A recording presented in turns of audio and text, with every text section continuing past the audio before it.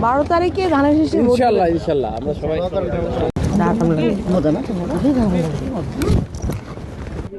ভালো আছে।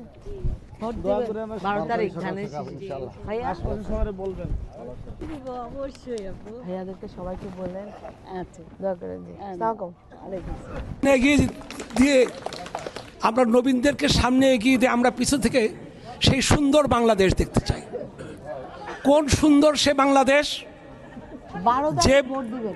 বাংলাদেশে কোনো দুর্নীতি থাকবে না, কোনো দমন পীড়ন থাকবে না, রাস্তাঘাট পরিষ্কার থাকবে, আমরা রাস্তায় কোনো চাঁদাবাদি থাকবে না, আমরা ভালোভাবে যাতায়াত করব, মসজিদে যাব, আমরা কর্মস্থলে যাব। তুলিয়াপা এনারা ইয়াং ব্লাড, আমরা মনে করি এই ধরনের ইয়াং ব্লাডের প্রয়োজন আছে। তাই সবাইকে সুচিন্তিতভাবে এগিয়ে আসার জন্য আহ্বান রেখে এবং সার্বিক মঙ্গল কামনা করে, দেশের সার্বিক উন্নয়ন কামনা করে আমি আমার বক্তব্য শেষ করছি।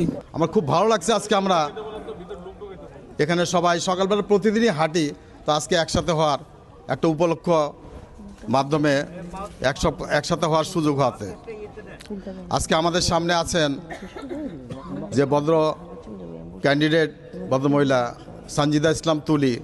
ওনার ব্যাপার তো আপনারা জানেনই, উনি শুধু আমাদের এই 14 আসনের ক্যান্ডিডেট না, উনি গত 12-13 বছরের সংগ্রামী একটা নেত্রী। আজ থেকে 12 বছর আগে চিন্তা করতে পারেন ওনার বয়সটা কত ছিল।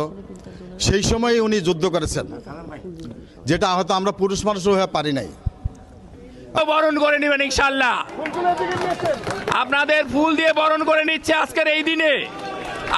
আমাদের কর্তব্য কি, আগামী 12 তারিখ আমরা ইনশাআল্লাহ তাকে ধানের শীষের মাথায় সিল দিয়ে তাকেও আমরা বরণ করে নিব, এই দেশ এবং এই দেশের জনগণের জন্য সেবা করার জন্য ইনশাআল্লাহ।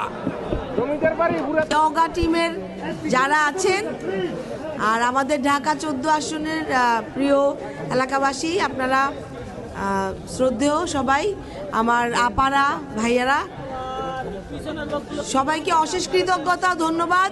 মেডিকেল গার্ডেন এমনি অনেক সুন্দর জায়গা, এই সুন্দর সময়ে আপনাদের সবাইকে একসাথে আমরা যে ব্রেকফাস্ট করছি, কথা বলছি, এইটাই শুরু আলোচনার, নতুন কোনো পরিবর্তনের, নতুন কোনো বন্দোবস্তের ইনশাল্লাহ।